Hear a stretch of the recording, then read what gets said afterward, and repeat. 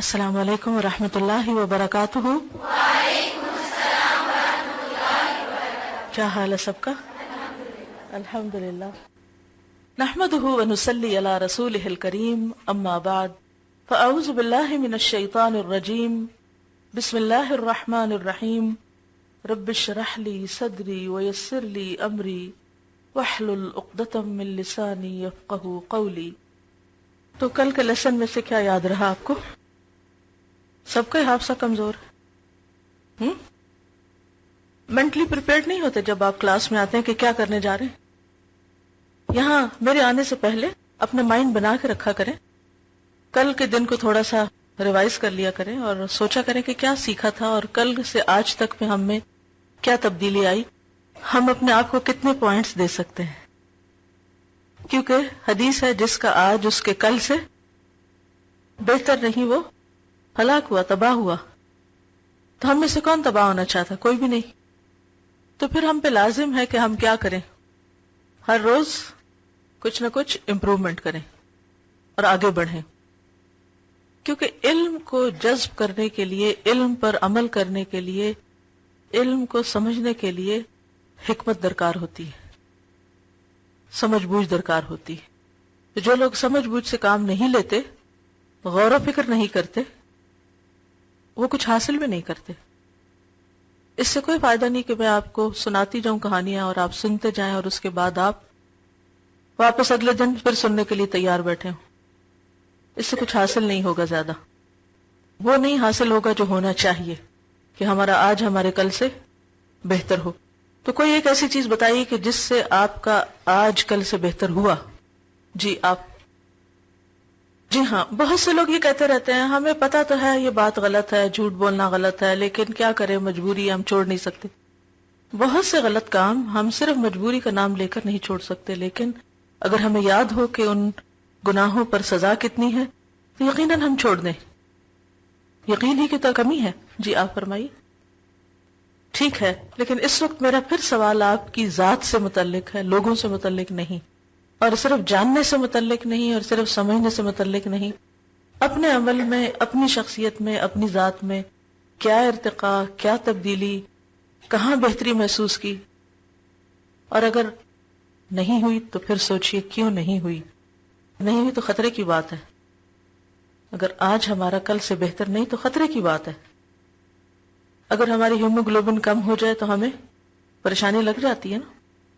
ایمان کم ہو کوئی پریشانی نہیں، کولیسٹرول لیول ہائی ہو پریشانی لگ جاتی، لیکن ہمارے اخلاق میں کتنی برائیاں ہیں، وہ کس طرح ہم کو تباہ کرنے والی ہیں، کہاں کہاں کوئی پریشانی نہیں۔ یہ کہتے ہیں کہ انہوں نے کل کے لیکچر کے بعد کانشیسلی لا الہ الا انت سبحانک انی کنت من الظالمین کثرت سے پڑھا۔ اس کو کہتے ہیں بہتری کی طرف قدم اٹھانا، کچھ کرنا۔ اور اگر لیکچر سن کے کیا کچھ نہیں تو یقین کیجئے کچھ فائدہ نہیں ہوا آپ کو، بہتری کی طرف نہیں بڑھے تو کچھ نہیں پایا آپ نے، آپ کا یہ وقت بھی ضائع پھر یہاں بیٹھنے کا۔ جی آپ فرمائیے۔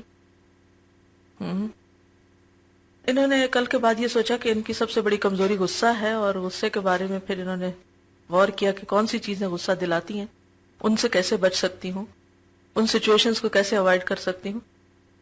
پلس یہ کہ غصہ دبانے کی جو آیت ہے والکاظمین الغیظ، اس پر انہوں نے غور کیا۔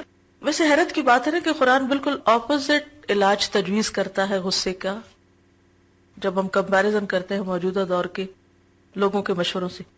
یعنی آج اگر آپ کسی سائیکالوجسٹ کے پاس جائیں تو وہ کیا کہے گا؟ خوب غصہ نکالو۔ بھئی آپ تو نکال دیں گے، اپنے اندر کو خالی کر دیں گے، تو جس پہ وہ وبال پڑے گا وہ آپ کو بخشے گا؟ اس کو جو زخم لگیں گے وہ کبھی معاف کرے گا آپ کو؟ اس سے آپ خود تو وقتی طور پہ ٹھنڈے ہو جائیں گے، یہ حق سمجھتے ہوئے کہ چونکہ مجھے غصہ دلائے گا اس لیے میرا حق ہے کہ میں اپنے وبال کو دوسرے کے اوپر ڈھیل دوں۔ لیکن کیا واقعی اس سے اصلاح کی توقع کی جا سکتی ہے؟ نہیں۔ علاج وہی ہے جو قرآن نے بتایا ہے، والکاظمین الغیظ۔ اور آپ نے دیکھا ہوگا کہ جب پریشر کوکر ہوتا ہے نا تو وہ جو اس کے اوپر ویٹ ہوتا ہے وہ ہلنے لگتا ہے، اور اگر آپ اس کو صرف نیچے سے آگ بند کر دیں، یعنی وہ ریزن ہٹا دیں جس کی وجہ سے وہ بل رہا ہے، تو کیا ہوگا؟ تھوڑی دیر میں وہ ہلنا بند ہوگا، پھر اس کے بعد اس کی بھاپ نکلنا شروع ہوگی آٹومیٹیکلی، نہ بھی آپ اس کے اوپر سے اس کا ڈھکنا ہٹائیں، تھوڑی دیر کے بعد سب ٹھنڈا ہو جائے گا۔ لیکن اگر آپ اس وقت یہ کریں کہ اس کو کھول ڈالیں، پھر نتیجہ کیا ہوگا؟ پھٹ کے کہاں تک جائے گا؟ ہم غصے میں پھٹتے ہیں بالکل اسی طرح سے پریشر کوکر پھٹتا ہے اور چھت تک نہیں بچتی، ہر چیز کو جلا دیتا ہے۔ تو بہترین علاج پر کیا ہے؟ والکاظمین الغیظ۔ تو اس پر عمل کر کے دیکھیں، کیونکہ یہ تو ہو نہیں سکتا کہ آپ کو سارے دن میں کوئی ایک بھی ایسی وجہ نہ ملے جس سے آپ کے غصے میں اضافہ ہو۔ چھوٹی سے چھوٹی اور بڑے سے بڑی سچویشن آپ کو بھڑکا دینے کے لیے کافی ہوتی، ایک چیز مرضی کے خلاف ہو، ہماری اصلیت کھل کے سامنے آ جاتی ہے، ہم کون ہیں۔ تو علاج کیا ہے؟ کیا علاج ہے؟ قرآن کیا بتاتا ہے؟ والکاظمین الغیظ والعافین عن الناس۔ بڑی سے بڑی بھی بات ہو جائے تو والکاظمین الغیظ، بالکل ایسے جیسے ابلتے پانی کی بوتل کا ڈھکن بند کر دیتے نا، آپ کس کے بند کرتے، الٹا کے بھی دیکھتے قطرہ بھی نہ ٹپکے، کیونکہ قطرہ بھی ٹپکتا ہے نا جب اس سے، تو وہ بھی جلا دیتا ہے جسم کو۔ ہے تو بہت مشکل، لیکن پاسبل ہے، کیونکہ اللہ نے بتایا، یہ ہو نہیں سکتا کہ پاسبلٹی نہ ہو۔ اور اگر آپ اس میں کامیاب ہو جائیں تو آپ دیکھیں گے کہ اگلے دن تک وہ بات کوئی خاص بات نہیں رہتی، لیکن اگر آپ چیخ چلا کے نکال دیں تو اس کے بعد جو ریگریٹس ہیں وہ آپ کو دنوں تک پریشان رکھتی ہیں، اور وہ لوگ بھی جو اس کے زد میں آتے ہیں وہ بھی آپ کو پریشان رکھتے ہیں۔ کل میرے ساتھ ایسے ہی ایک واقعہ ہوا، کسی نے مجھے کچھ کہا، کسی کا میسج مجھے ملا، تو میں نے سوچا کہ میں ذرا ان کو جواب دوں، جواب پہ سمجھاتی ہوں۔ میں لکھنا شروع کر دیا، لکھا، اتنے میں ایک کال بیچ میں آ گئی۔ اب وہ کیا ہوا، جب کال آتی ہے تو میرے فون ایسا ہے یا مجھے ابھی اس کی سمجھ نہیں، اس کا میسج غائب ہو جاتا ہے۔ اب میں نے اسے ریٹریو کرنے کی کافی کوشش کی، لیکن مجھے سمجھ میں نہیں آئی، تو میں نے ادھر ہی رکھ دیا، فون کے وقت ضائع کرنے کی ضرورت تھی، مجھے اس وقت کچھ اور کام کرنا ہے۔ رات کو میں نے اپنے بیٹے کو دکھایا کہ میرا میسج ریٹریو کر دو، کہتا کہ وہ تو گیا۔ اب میں سوچوں وہ تھا کیا، اس میں ری رائٹ کروں کیا نہ کروں، اور میں نے غور کیا کہ تو کچھ بھی نہیں تھا، لیکن اگر میں ذرا سے بھی فرم لفظوں میں وہ جواب دے کے اپنا غصہ ٹھنڈا کر لیتی تو اس کے نتیجے میں ہو سکتا ہے 2-4 میسجز مجھے اور آ چکے ہوتے، تو وہ کون بھگتتا؟ اس کا وبال بھی تو مجھے کو بھگتنا تھا نا پھر۔ تو یہ تو اللہ کا بڑا احسان ہوا مجھ پر کہ وقتی طور پر اللہ نے مجھے اس سے ڈائیورٹ کر دی۔ تو یہ بھی اللہ کا احسان ہوتا ہے، اور اس میں پھر ہمیں خود بھی یہ کوشش کرنی ہوتی ہے کہ اس وقت بس سچویشن سے ہٹ جائیں۔ اگر آپ نے کسی کو سخت قسم کی میل لکھی بھی ہے تو کیا کریں، سینڈ کا بٹن دبانے سے پہلے وہاں سے ذرا اٹھ جائیں اور 2-4 ادھر ادھر کام اور کر کے پھر آ کے بیٹھے۔ زبان کو کنٹرول کرنا، ہاتھوں کو کنٹرول کرنا مشکل ترین کام ہے، لیکن فائدہ اسی میں۔ اور آج مجھے وہ بات بھی یاد نہیں کہ جس پر میں ایکشن لینے والی تھی، لٹرلی مجھے یاد نہیں میں کیا کہنے والی تھی، کیونکہ یہ دراصل شیطان ہوتا ہے جو پریشان کرنے کے لیے کہیں سے ٹپک پڑتا ہے۔ من الجنتی والناس، کبھی انسانوں کی شکل میں آتا ہے، کبھی کسی شکل میں آتا ہے، اور اس وقت اگر ہم اپنے آپ کو نہیں سنبھالتے اللہ کے فضل سے تو پھر ہم اپنا آپ کسی اور کے حوالے کر دیتے کہ اب جو چاہو اس پہ کرو۔ جب تک وہ قلم ہمارے ہاتھ میں ہوتا ہے، جب تک وہ زبان ہمارے منہ میں رہتی ہے، جب تک وہ چیز ہمارے کنٹرول میں رہتی ہے تو اس کا فائدہ ہم ہی کو پہنچتا ہے، اور جب وہ آؤٹ آف کنٹرول ہوتی ہے تو پھر اس کا نقصان بھی، وہ تیر لوٹتا ہے ہم پر۔ جیسے وہ آتا ہے کہ کوئی بد دعا کسی کو دیتا ہے اور اگر وہ اس کو ڈیزرو نہیں کرتا تو کس پہ لوٹتی؟ بعض اوقات جس پہ ہم اتنا شدید غصہ کرنے والے ہوتے ہیں حقیقت میں وہ ڈیزرو نہیں کر رہا ہوتا اتنے غصے کا، اس کا اتنا قصور نہیں ہوتا جتنی ہم سزا دینے والے ہوتے ہیں اس کو، لیکن ہم اپنے آپ کو جسٹیفائی کر لیتے ہیں کہ نہیں ایسا ہی کرنا چاہیے تھا، حالانکہ ہمیں نہیں کرنا چاہیے تھا، مگر ہمیں خود کو کون سمجھائے۔ اسی طرح ایک اور چیز کل پیش آئی میرے ساتھ، کسی نے کچھ کہا مجھے تو مجھے لگا کہ کہنے والا غلط ہے، لیکن میں فیصلہ نہیں کر پا رہی تھی کہ بات کون سی صحیح اور کون سی غلط۔ تو عام طور پہ میں ایسے کرتی ہوں کہ قرآن سے رہنمائی لیتی ہوں، یہ کوئی فال لینا نہیں اور نہ ہی کوئی غیب کی خبریں معلوم کرنا ہے، یہ صرف یہی ہوتا ہے کہ اگر آپ قرآن پاک کھول لیں تو اللہ تعالیٰ کی طرف سے جو لکھا ہوا وہ آپ کو رہنمائی دے جاتا ہے کہ آپ کو کیا کرنا چاہیے۔ تو میں نے اسے کھولا، جب کھولا تو 2 صفحوں پر ایک میں میرے لیے نصیحت تھی اور دوسرے میں اس شخص کے لیے، تو جو اپنے لیے تھی وہ تو میں نے لے لی، اور جو دوسرے کے لیے تھی اس پر اس کو معاف کر دیا، بات ختم۔ دونوں ہی اپنی اپنی جگہ درست تھے، لیکن بعض اوقات ہم خود کو درست کہتے ہیں، دوسرے کو غلط کہتے ہیں، جبکہ احتمال یہ ہے کہ ہم اپنی جگہ درست ہوں اور دوسرا اپنی جگہ درست ہو، لیکن ریکنسیلیشن کون کروائے؟ اور بہت ساری چیزوں کا فیصلہ تو ہو بھی نہیں سکتا، اور اگر ہو بھی جائے تو حاصل کیا ہو؟ Very good.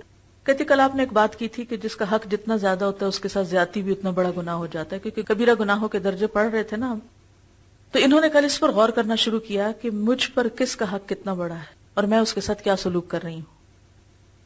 اگر ہم سب اپنی اپنی جگہ یہ سوچنا شروع کر دیں تو ہمارے بہت سے معاملات خود بخود درست ہو جائیں. Very good. یہ کہتی ہیں کہ انہوں نے کل کا اپنا ٹارگٹ رکھا تھا کہ مجھے کسی کے موڈ کے تابع نہیں ہونا کہ میں اس کی وجہ سے اپنا وقت ضائع کرنا شروع کر دوں، کیونکہ ان کے اوپر بھی شیطان حاوی ہے. تو وہ تھوڑی دیر میں اگر وہ چلا گیا اللہ کے فضل سے تو ٹھیک ہو جائیں گے، لیکن ہم کیوں ساتھ انوالو ہو جائیں؟ تو انہیں اس کا فائدہ ہوا، کیونکہ بات یہ کہ ڈیسیژن آپ کا اپنا ہوتا ہے، چوائس آپ کی ہوتی کہ آپ نے کیا کرنا ہے. اور ہمارا اصل امتحان کس چیز کا ہے؟ چوائس کا ہی ہے نا، کہ ہم نے کیا چوز کیا اپنے لیے. جی نہیں، صرف سوچنے کی بات ہے نا، سوچنے کی بات میں نہیں زیادہ کر رہی. ہمیں عملی طور پر دیکھیے، ابھی تک آپ لوگ وہ نہیں کر رہے جو میں آپ سے کروانا چاہ رہی ہوں. جب تک آپ سمجھیں گے نہیں نا بات کو تو آپ محض خیالوں کی دنیا میں رہیں گے، اور جب تک ہم خیالوں کی ہوا میں اڑتے رہتے ہیں نا تو نیچے اتر کے عملی دنیا میں فیل ہوتے ہیں. عمل کی دنیا میں کامیاب ہونے کے لیے ضروری ہے کہ عمل کے ٹارگٹ سیٹ کریں اور ان ٹارگٹس کو میٹ کریں، اور اس کے بعد ایکشن لے کے بتائیں کہ یہ فائدہ ہوا، تاکہ آپ کے تجربے سے دوسروں کو بھی فائدہ پہنچے. آپ یہ بھی کر سکتے ہیں کہ اپنے گھر میں کوئی ایک وال کا ایک حصہ اپنے لیے فکس کر لیں، اور آپ کے اندر جو خاص ویکنس ہے، اپنی ویکنس ہم میں سے ہر کوئی پہچان سکے. زیادہ تر لوگوں نے تو غصہ کہا ہے، ویسے بات یہی ہے کہ شیطان کا سب سے بڑا ہتھیار غصہ ہی ہے. چھوٹی چھوٹی باتوں پہ ٹریگر کر دیتا ہے نا. جیسے گاڑی کو چابی لگاتے ہیں تو کیا ہوتا ہے؟ پوری گاڑی چل پڑتی ہے نا. تو وہ چابی نہ لگائیں تو کچھ بھی نہیں ہوتا. تو بالکل اسی طرح شیطان بھی ہمیں غصے کے ذریعے کیا کرتا ہے؟ چابی لگاتا ہے، اور پھر ہم اس کے ہاتھوں میں کھیلتے ہیں، کیونکہ وہ کنٹرول میں کر لیتا ہے نا ہمیں پوری طرح. پھر جدھر وہ چاہتا ہے ہمیں موڑ لیتا ہے. جیسے وہ بچوں کے کھلونے نہیں ہوتے، ریموٹ کنٹرول کے ساتھ کھیل رہے ہوتے ہیں وہ. تو اسی طرح شیطان ریموٹ اپنے ہاتھ میں لے کے پھر ہمیں پوری طرح اپنے تابع کر لیتا ہے، پھر ہمیں بھول جاتا ہے. تو آپ کیا کر سکتے ہیں کہ جن باتوں سے آپ کو فائدہ ہوتا ہے نا، ان باتوں کو کہیں نہ کہیں لکھنا شروع کریں. اور بہت لمبی کہانی میں نے لکھے، کی ورڈز لکھے، جنہوں نے کہا کہ جیسے مجھے غصہ آتا تھا تو میں اپنے ہاتھ پہ غصہ کا لفظ لکھ لیتی تھی، کیونکہ مجھے اس وقت بھول جاتا تھا مجھے کرنا کیا، لیکن جب وہ ایک ورڈ میری نظر سے گزرتا تو اس کے ساتھ جو میں نے عہد کیے ہوتے تھے وہ یاد آ جاتے. تو آپ یہ بھی کر سکتے ہیں، کوئی ایک چارٹ لگا لیں اور اس پر وہ آیتیں، وہ باتیں، وہ ٹپس لکھنا شروع کر دیں. یعنی کوئی بھی طریقہ آپ اختیار کر سکتے ہیں. کوئی ڈائری بنا لیں، کوئی دیوار کا کوئی حصہ مخصوص کر لیں، ایسا دروازے کے پیچھے مثلا، کیونکہ دیوار پہ لکھنا بڑا آسان ہوتا ہے. اب میں یہ تو نہیں کہوں کہ گھر کی دیواریں بھر دیں، لیکن یہ ہے کہ جیسے دروازے کے پیچھے کی جگہ جو ہوتی ہے وہ عام طور پر چھپی ہوئی ہوتی ہے. چھوٹا سا سافٹ بورڈ لے لیں، کچھ بھی کر لیں، کوئی ایک کاغذ لگا لیں کسی ایسی جگہ جہاں پر آپ سامنے پھر لکھ سکیں. مثلا آپ کی زندگی میں بہت سے مسائل ہیں، پرابلمز ہیں، ٹربلز ہیں، ٹرائلز ہیں، اگرچہ ہیں سب کی زندگی میں، لیکن کچھ لوگ ان کو بہت ہائی لائٹ کرتے رہتے ہیں، بہت بڑا بنا دیتے ہیں. یہ بھی اصل میں ہماری اپنی سوچ ہوتی ہے کہ ہم کس چیز کو کتنی اہمیت دیتے ہیں. اب مثلا آپ دکھی رہنے کے عادی ہیں، یہ بھی عادت بھی ہوتی ہے کہ نا، ہر وقت دکھی رہنا، ہر وقت شاکی، شکایت، ہر وقت سیلف پٹی کا شکار رہنا. اب یہ ہے کہ آپ کو مثلا کوئی آیت آپ کی نگاہ سے گزرتی ہے تو آپ مسکرا پڑتے ہیں، اوہ اچھا اتنا بڑا اجر ہے دنیا میں تکلیف کا، تو کوئی بات نہیں، میری تکلیفیں تو بہت ہلکی ہیں. اب اس آیت کو کیا کریں گے آپ؟ کہاں؟ اس خاص جگہ پر جس کو آپ جا کر اس وقت پڑھ لیں دوبارہ، جو سامنے نظر آ جائے. بہت اندر گھسا کے کہیں نہ لکھے کہ پھر وہ اتنی دیر میں کھولتے کھولتے ورقے پلٹتے پلٹتے کام ہی ختم. تو بی بریف. پھر اسی طرح آپ کہیں اور کچھ پڑھتے ہیں، وہ کوئی کوٹیشن پڑھتے ہیں، کوئی حدیث پڑھتے ہیں، کوئی کال پڑھتے ہیں، اور آپ کے دل کو لگ جاتی اچھا بس اتنی سی بات ہے جس کو میں نے اتنا بڑا بنا رکھا ہے. تو آپ کیا کریں؟ وہ جا کے وہاں لکھ لیں. اس طرح کی چیزیں جب آپ کٹھی کر لیں گے نا، بلیو می، آپ کی زندگی سے غم نکل جائے گا، یہ بیکار کی پریشانیاں نکل جائیں گی. کیونکہ کچھ چیزیں ایسی ہیں جو آپ کی زندگی کا حصہ ہیں، آپ ان کو اپنے سے کاٹ سکتے ہی نہیں. جس طرح آپ اپنا ہاتھ نہیں کاٹ سکتے نا، چاہے آپ کو اپنے ناخن نہ بھی پسند ہو، آپ انہیں کتنا تبدیل کر سکتے، جتنا مرضی گھسائیں، جیسے مرضی رنگ کی نیل پالش لگائیں، کچھ بھی کریں، بس وہ جو سائز اللہ نے بنا دیا وہ ویسا ہی رہے گا. تو جس طرح ہماری فزیکل باڈی میں کچھ چیزیں پارٹ آف اوور باڈی ہیں، اسی طرح کچھ لوگ، کچھ مسائل، کچھ حادثے، کچھ پریشانیاں، یہ ہماری زندگی کا حصہ ہیں. ان کو ختم کرنے کا مطلب کیا ہے؟ ہم بھی ختم ہے ساتھ، وہ نہیں ہو سکتے. اب ان کے ساتھ جینا سیکھنا ہے ہم نے، اور وہ سیکھنا کیسے کہ اپنے اندر کو تبدیل کریں. اچھا صحابہ کرام کیوں اتنے کامیاب تھے؟ اکثر میں غور کرتی ہوں کہ کیوں اتنے سکسیسفل تھے، ان کی اچیومنٹس اتنی زیادہ کیوں، وہ کیوں سپر ہیومن لگتے ہیں، کس چیز سے انہوں نے یہ سب کچھ کنٹرول کر لیا تھا؟ تو اس میں جو بہت اہم ترین چیز ہے وہ ان کا بامقصد ہونا. ان کا مقصد اتنا اعلیٰ تھا کہ اس کے مقابلے میں نیچے کی ہر چیز حقیر تھی، باقی سب چیزیں حقیر تھیں. کیا مقصد تھا ان کا؟ پروفٹ کا ساتھ دینا اور اس مشن کو آگے بڑھانا جو آپ کا تھا. انہوں نے آپس کی لڑائیاں اور جنگیں اور آپس کے جو مشکلات اور مسائل، ان سب پہ قابو پا لیا تھا. کس سے؟ جہاد کے ذریعے. وہ سارے ان کی فیوری اور ان کا سب کچھ کہاں لگ گیا؟ کسی اور جگہ جا کے لگ گیا جہاں لگنا چاہیے تھا اس کو. کیونکہ ہماری زندگی میں کوئی مقصد نہیں، لہٰذا ساری ہماری انرجی ہماری ذات کے ارد گرد ہے کہ ہم اس کو کیسے پروٹیکٹ کریں. ساری توجہ، چاہے کچھ لوگوں کی فزیکل باڈی کے اوپر بہت توجہ، کچھ کی اپنے ایموشنز میں بڑی توجہ ہے، کسی کی کسی چیز پہ ہے، لیکن یہ سب دھوکے اور نقصان دہ ہیں. ہمیں ان سے نکلنا ہے باہر اگر ہم اپنا فائدہ چاہتے ہیں. اور اگر ہم خود نہیں کریں گے تو کوئی ہمارے لیے کچھ نہیں کر سکتا. 1000 مشورے لے لیجئے، 1000 لیکچر اٹینڈ کر لیجئے، 1000 لوگوں سے مل لیجئے، طرح طرح کے کام کر، کچھ نہیں ہوگا جس دن تک آپ خود فیصلہ نہیں کریں گے کہ آپ نے اپنے اندر کی کمزوری کو دور کرنا ہے اور آپ نے اس پہ قابو پانا ہے. آپ نے شیطان کے قابو میں نہیں آنا، نہیں اپنا ہاتھ پکڑانا، پھر ہی فائدہ ہو سکتا ہے. تو دشمن کو دشمن سمجھیں. چلیے آگے چلتے ہیں. فصل 59 3 قسم کے گناہ. 3 قسم کے گناہ. اللہ تعالیٰ نے ہاتھ کاٹنے کی حد اور سزا وہاں مقرر فرمائی ہے جہاں مال کا بچاؤ ناممکن ہو. مثلا چور مخفی طریقے سے مال چراتا ہے، نقب لگا کر مال لے جاتا ہے. نقب کہتے سوراخ، یعنی رستہ بنا کے اپنا کام کر لیتا ہے. دروازے توڑ کر دیواروں پر چڑھ جاتا ہے. چور کا حال بالکل بلی اور سانپ کا سا ہے. گھروں میں اس طرح گھس جاتا ہے کہ کسی کو پتہ تک نہیں چلتا. بس اللہ تعالیٰ نے چوری کے فساد کو قتل کا درجہ نہیں دیا. چوری کے فساد کو قتل کا درجہ نہیں دیا. 3 قسم کی سزائیں پیچھے ہم پڑھ چکے ہیں نا. ایک تو جان لینا، دوسرے ہاتھ کاٹنا اور تیسرے کوڑوں کی سزا. تو اب ان کی مزید تفصیل یہ بتا رہے ہیں کہ چوری پہ قتل کیوں نہیں، چوری پہ ہاتھ کاٹنا کیوں ہے. ظاہر ہے کہ یہ فساد صرف کوڑے مارنے سے بھی دفع نہیں ہو سکتا. یعنی اگر کسی نے چوری کیا، اس کی خوب پٹائی کر دی جائے تو وہ پھر چوری کر لے گا. اس لیے سرقہ چوری کو کہتے ہیں عربی میں. چوری کے مفاسد کے دفعیہ کی بہتر سے بہتر شکل یہی ہے کہ وہ عضو کاٹ دیا جائے، یعنی ہاتھ کاٹ دیا جائے جس کے ذریعے اس جرم کا ارتکاب کیا جاتا ہے. نہ ہاتھ ہوگا اور نہ آئندہ وہ چوری کرے گا، چاہے کتنا بھی دل کرے. کہ صحیح پاک. بعض جنایات یعنی جرائم، اور جرائم میں عقل خراب ہو جاتی، ان میں کوڑوں کی سزا مشروع کی گئی، یعنی شریعت نے رکھی. اور قذف، معصوم عورتوں پر، پاک دامن عورتوں پر تہمت لگانا. اور تہمت میں یہ سزا تجویز ہوئی ہے کہ قاذف یعنی تہمت لگانے والے کو عام آدمی کی نظر میں گرا دیا جائے. یعنی جس طرح اس نے دوسرے کو ذلیل کیا ہے، اس کو بھی کیا کیا جائے؟ ذلیل کیا جائے. بس اللہ تعالیٰ نے عقوبت شرعیہ کی 3 قسمیں قرار دی ہیں. اسی طرح کفارے کی بھی 3 قسمیں ہیں. کل ہم نے سزاؤں کا پڑھا تھا، آج ہم کفارے کے بارے میں پڑھیں گے کہ مختلف گناہوں کا کفارہ بھی دینا پڑتا ہے. کچھ گناہ تو ایسے ہوتے ہیں نا جو نیکیاں کرنے سے مٹ جاتے ہیں، کچھ پہ صرف توبہ کافی ہوتی ہے، کچھ پہ کفارہ ہوتا ہے، اور کچھ کے اوپر حد یا تعزیر ہوتی ہے. تو درجے ہیں گناہوں کے بھی. اول، اعلیٰ ترین کفارہ غلام آزاد کرنا. دوم، مسکینوں کو کھانا کھلانا. سوم، روزے رکھنا. حق سبحانہ و تعالیٰ نے گناہوں کی 3 قسمیں قرار دی ہیں. کیا کیا ہے؟ 3 قسمیں. ایک وہ جن میں حد قائم کی گئی ہے، ان میں کفارہ نہیں رکھا بلکہ حد ہی کو کافی قرار دیا گیا ہے. دوم، وہ جن میں حد مقرر نہیں کی گئی. کیا نہیں کیا گیا؟ حد مقرر نہیں کی گئی بلکہ کفارہ مشروع کیا گیا ہے. مثلا کسی نے رمضان المبارک میں دن کے وقت بیوی سے ہم بستری کر لی، یا حالت احرام میں ایسا کر لیا، یا مثلا زہار کیا ہوتا ہے؟ بیوی کو ماں کی طرح کہنا قسم کھا کر، قتل خطا یا قسم کا توڑنا وغیرہ. سوم، وہ گناہ جن میں شارع نے نہ حد قائم کی نہ کفارہ مقرر کیا. اس آخر الذکر قسم کے جرائم کی 2 قسمیں ہیں. تیسرے وہ جن میں نہ حد ہے نہ کفارہ، دوسرے کون سے؟ جن میں کفارہ، اور پہلا کون سا؟ جن میں حد.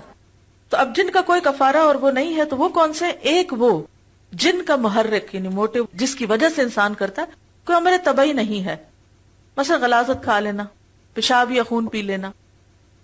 اگرچہ کوئی ایسا نہیں کرتا لیکن بعض لوگ کوئی شرطیں باندھ کے یا کوئی اور اسی طرح کسی کی دیکھا دیکھی، کسی اور مذہب دین والوں کی دیکھا دیکھی ایسے کام شروع کر دیتے ہیں. دوسری وہ جن کی خرابیاں ان خرابیاں اور گناہوں کے مقابلے میں کم ہیں جن میں حد مقرر کی گئی. یعنی پہلے تو وہ جن کے لیے طبیعت مانتی نہیں، مطلب پیشاب پینے کسی کی طبیعت نہیں مانتی، لیکن اگر کسی نے ایسی کوئی غلطی کر لی ہے تو اس پہ کوئی حد یا تعزیر وغیرہ یا کفارہ نہیں ہے، کیونکہ طبیعت کے خلاف بات ہے. لیکن جو چیزیں انسان کی خواہشات یا طبیعت کے اندر ہوتی ہیں، جو برائیاں، ان پہ ہے، پیچھے ہم کل پڑھ چکے ہیں. دوسری وہ جن کی خرابیاں ان خرابیاں اور گناہوں کے مقابلے میں کم ہیں جن میں حد مقرر کی گئی. مثلا کسی عورت کی طرف دیکھنا، اب زنا کی تو حد ہے لیکن عورت کی طرف دیکھنے کے لیے نہ کوئی کفارہ اور نہ کوئی حد. اس کا بوسہ لینا، اسے چھو لینا یا اس سے بات چیت کرنا یا پیسے دو پیسے کی چوری کر لینا، یعنی چھوٹی موٹی چیز ادھر ادھر کر جانا. شارع نے ان ہر دو قسم کے جرائم میں نہ حد مقرر فرمائی نہ کفارہ مشروع فرمایا. یہ کس میں آتا ہے؟ الا اللمم، قرآن مجید میں ایک کیٹیگری بتائی گئی. تین قسم کے جرائم میں شارع نے کفارہ مشروع فرمایا. ایک وہ جرم جو اصل میں جرم نہیں بلکہ فعل مباح تھا. جرم نہیں بلکہ مباح. مباح کیا ہوتا ہے؟